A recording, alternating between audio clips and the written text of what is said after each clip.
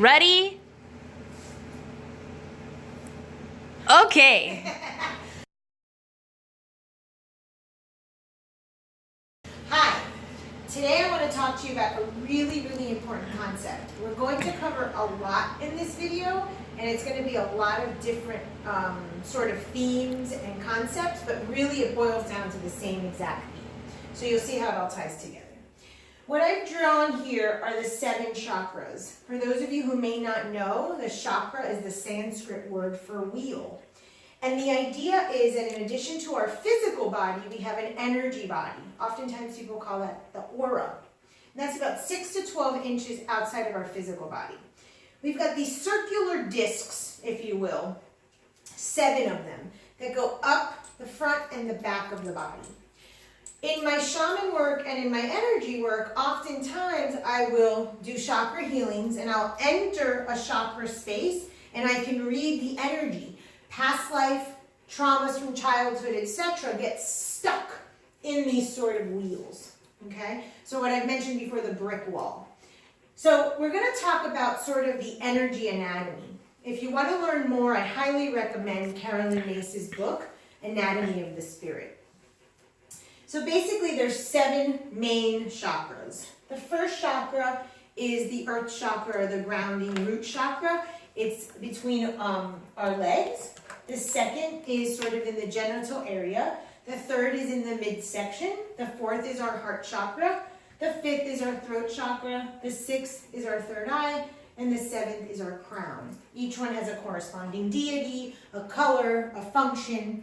But I'm going to kind of give you a general overview and talk about the different kinds of love and explain one of the issues that happens and what I see commonly in my practice, which is missing out on the 3rd chakra. So we're going to focus today on the 2nd and the 4th. Okay? So we see that these 2 chakras sandwich the 3rd. And this is the importance of this video. What is the 2nd chakra? So the 2nd chakra is in our genital areas. The color is orange. It has to do with desire. It has to do with emotions. The element is water. And so what I've done here is put some concepts associated with the 2nd chakra. Desire, money, passion, sex. These are the things that most of us beat ourselves up about. This is going to be equivalent, our lower nature, our animal nature, to our bad bucket. The things that we judge. We judge if we're greedy, we judge if we're fearful, we judge if we're manipulative, and all of that sort of stuff lives in the 2nd chakra. So a lot of people have 2nd chakra issues. Men may have sexual dysfunction, women too. We might find financial sabotage, because all of these topics are in there. And anything in excess, or anything 0 to 100, too much or too little, will represent in the psyche and then manifested in your body or in your life as a 2nd chakra issue. So they're pretty easy to see with just the themes that clients come to practice. We're going to call this eros, or erotic love. I want to first explain what agape love and erotic love are, and then we'll go into the 3rd chakra. So that's the 2nd chakra. The 4th chakra is the heart center. The 4th chakra is compassion, tolerance, love, mercy. Its color is green, and it has to do with these beautiful sort of characteristics. When I teach intuition development, or when I myself connect to my guidance, I connect through my 4th chakra. Everything is through the heart. If we talk about Jesus, he talked about loving thy neighbor. If we talk about the Sacred Heart, we see images and idols, religious symbology that the heart is open. It's vulnerability. It's all of these beautiful concepts that we really wish we can embrace fully. So I have a dotted line in between the 1st, 2nd, and 3rd chakra that represents the lower nature, or the animal nature. And the top 4 chakras have to do with the human nature, more of our divine, so the higher nature. So one of the things I've understood in this sort of new age, if you will, where people are really seeking meditation, yoga, spirituality, and they come and they're like, I'm a spiritual person, is that they're not really understanding that we have to live fully in our body. That's the importance of knowing that the body is our friend. there's a real interesting thing. I learned this in big lessons when it came to my cancer. So I want to take the moment and offer you two symbols. I told you that myth and symbol and psyche and masks, they're all sort of mixed in the pot of all of this work that we term spirituality, if you will. The circle, didn't make a great circle, but the circle has no ending and no beginning. The circle is the spirit. That's why you wear the ring when you get married. We see circle in a lot of the symbols of Mars and Venus. Anytime you see a circle, it's relating to the spirit. It's the wholeness, your completeness. Anytime you see the cross, we're talking about the matter. And the matter is body, food, money, sex, anything that's materialized in the earth. Okay? In shamanism, we use something called the medicine wheel, or the four directions, and it is the circle of spirit with the cross of matter. These are very symbolic images that we use in spirituality. And this creates a lot of conflict. Our body is the matter. Our spirit is housed within the matter. We have both. One of the things that I see continuously with clients is that they want to live in the higher nature, in the spirit. What they deem is better than the matter, or the lower nature. So this is equivalent to our bad bucket, and this is equivalent in the psyche to our good buckets. What happens, just like we only live as half a person because we only want to show our 50%, our good buckets of our parents, the good of what we are, and then we take things from our bad bucket and we turn them around thinking we're doing different but we're doing the exact same, is to stay in half a person. This is also one of the reasons why we're constantly looking for a companion, because the other 50% we're going to think the person is going to complete us, as Jerry Maguire said. So this is the setup, okay? And this is also the setup sort of our demise, if you will. So most people following certain spiritual traditions or spiritual practices will come, I'm a good person, I give, I buy people things, I'm compassionate, I'm continuously helping, I'm serving, I run nonprofit organizations. And you have to understand that that is a manifestation of not wanting to live in the matter, not wanting to live in the lower nature. So we have two kinds of love. We have erotic love, or eros, and we have agape love, or Uranian love, or love from the heavens. So we have two kinds of love, and I'm going to use a myth of Venus in a moment to explain these two things. It also is the chakras, it's also our lower nature and higher nature, the good and the bad buckets. Like I said, all of these things are overlapping, but they mean one thing, which is the third chakra, which we'll get to. There's two kinds of love. We've got erotic love, sex, desire, passion, rapture, and we've got agape love. This is more of the maternal, motherly love, the one that comes from the heavens, okay? This brings me to the circle of spirit and the cross of matter. We all know this symbol. It's the feminine symbol versus the male symbol, which is Mars. This is Venus. It represents the feminine. It represents exactly another way to explain the chakras, another way to explain the good and the bad buckets. The circle of spirit over the cross of matter. However, like any two things, there has to be a meeting point. And that meeting point is balance. That meeting point is the 48 to 52. That meeting point is the adult. The gray. There's no good or bad, no black and white, it's just gray. Okay? So this is something I see a lot in practice. I want to live in my spirit. I want to be compassionate. I want to give. I have forgiven my parents or my husband or my friends. No. It's about forgiving self. And this is the importance of the model. So what I tend to see in practice is with yoginis or meditators or people on the spiritual path, perhaps you just, learn some concepts, is that your desires are bad. This has been something passed on throughout religion over and over and over again. Back in the day, the fakirs would take belts and they would beat themselves because they had desires of the flesh. Desires are necessary. Desires are part of being human. Part of our spiritual evolution is to learn to sort of tame those desires, and we will talk about that when we talk about Hercules and the myth of the Hydra. But we cannot eradicate these desires at our level because we are in the flesh. So when we try to do that, we're living in half a person. And this is what I tend to see in practice. Then, because the person's sort of lopsided, they're not balanced, they want to give too much to the top. So they're top heavy, so to speak. They're spirit heavy. They're not balanced. They're in 0 or 100, and it's dysfunctional. So they want to live too much in the 4th chakra. I'm giving, and I'm giving, and I'm doing karma yoga, and I'm doing this, and I'm creating that. And these sort of spiritual pursuits or top-heavy, sort of imbalanced individuals live in the 4th chakra.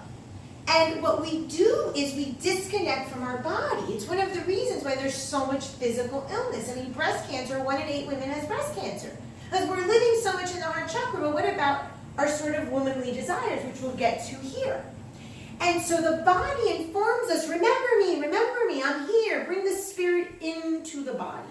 We cannot live in what we deem these sort of mercy, love, compassionate, tolerant, sort of good qualities by negating that we have sort of bad qualities. They're not bad, they just are. So how do we unite 2nd chakra and 4th chakra? There's a big piece missing. I call this skipping a step, or the hopscotch game. The skipping a step is that we want to go from 2nd chakra, eradicate desire, I have no need for wealth, I have no need for sex, I have no passion, whatever it is that you're enacting in your life, that you're killing off in terms of your creative energy, because the 2nd chakra is the creation, it's where you birth anything, whether it's a book, a piece of art, or a baby. And I want to move into my heart chakra. So I'm entering the world with my heart chakra open and giving and compassionate to everybody and loving everybody, and my life still sucks. Why? You're missing the key connector. This is the seat belt. This is the 3rd chakra. If you want to call your bad bucket here and your good bucket here, unless you have a connector, a teenage, a bridge, a self-acceptance, to clip both of those together, you're going to live in 0 or 100. You're going to flip-flop from child to child. You're not ever going to be whole. You're not going to just be self-aware and self-accepting of having both a lower nature, a 2nd chakra, desires, and a higher nature, or compassion, love, and tolerance. How do we develop a strong 3rd chakra? The 3rd chakra is when we do yoga, when we hold our core, we're working on the core. In Ayurvedic medicine and in functional nutrition, the whole emphasis is in your gut health. When you were starting to develop as a fetus, your vagus nerve started in your stomach and then went up to create the brain. In Ayurveda, we talk about the digestive fire, or the Agni, that transforms food into usable material. This is the essence of who we are. A strong core that can hold up the rest of the body. Transformation possibilities, or the ability to transform sort of our desires into some usable nutrition. We can't forget the 3rd chakra. So many people have autoimmune diseases. So many people have digestive issues because they're neglecting their 3rd chakra. They want to live only here. And they're forgetting about the desires and the need to create and birth something and live in their animal nature. The way that we create the 3rd chakra, self-acceptance. I call the 3rd chakra the identity chakra, or the one that nobody lives in, the I. I is a bad word. I is associated with ego, and nobody wants to have ego. Let's face it. We have ego, and it's bigger than you think, and it's necessary. So the identity, the third chakra, is where no one else lives. This is your center of self-worth. This is the fire, or like Nietzsche said, the will, what drives you to then become the full child, or in my model, the adult. So we need the self-worth. The only way we are going to get the self-worth is if we join our lower nature and our higher nature, accept our good buckets and our bad buckets. No other way to do this. You must acknowledge that you are manipulated, that you are envy, that you are jealous. You must also acknowledge that you're a divine being that has compassion and the possibility to love unconditionally. But not either or. And most of us are living in either or. So you see some of the population, material, wealth, they're pulling up with their Maseratis, and that's all they're about. Their watches and their cars and their houses. Void of the higher nature. Then you've got the extreme. The spiritual community, hanging out in ashrams or meditating all day. And this is not a criticism to those things. I do these things too. It's the excess. And then they fail to honor their lower nature or watch their lower nature and how it takes over their life. It is about finding the joiner, the seatbelt, the team that is going to join the lower nature and the higher nature. I want to talk a little bit about the spirit and the matter and this particular glyph. In astrology, we call these symbols glyphs, and this is the glyph of Venus, or the feminine. Spirit over matter.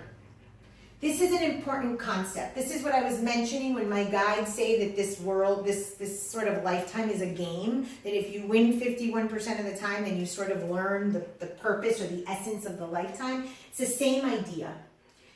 The question I ask clients when we're sort of doing this work is, what owns you? Does the money own you? Does the power own you? Hell, does your spiritual practice own you, that you beat yourself up if you don't get up one morning at 4 a.m. to do your sadhana? What owns you? If something owns you, it's a desire. If something owns you, it is the matter surpassing the spirit. The spirit is the ability to just be. That's why it's the circle. That's why it's whole already. It's complete. It's the divine spark you have inside of you. So this is an interesting thing I see a lot in practice. Women that struggle with their agape versus their erotic or eros love. Am I a woman? Do I have sexual desire? Or am I a mother and a virgin, the way it's been sold to us? We're both. And we have to honor, and this is not only for women, this is for men too. Where do you prostitute yourself out, so to speak? Maybe it's to your boss, maybe it's to your schedule. And where are you unconditional and sort of virginal in your love? Sort of heavenly. You have both aspects, the good and the bad, the higher and the lower nature. And it's the balance of the two that really makes us whole. And this Venus symbol that we all have, a feminine, divine aspect, is the symbol of the feminine, the divine, the woman. Why? Because we all have something that we are going to birth, that we're going to create. It might just be the home that you live in. Maybe you built it from scratch. That's something that you created. That is considered a material manifestation of an idea that you had that you brought down into matter. And then you have your spirit, which is sort of the heavenly love. And you have both aspects. Maybe that's towards your children. And we have to find the balance within ourselves. Because if we let the spirit own us too much, or the matter own us too much, inevitably we're out of balance. And the game is to be balanced. The game is to accept ourselves with our material desires and our erotic and passionate love, and to love ourselves because we have the capacity to have agape or divine nature. Thank you.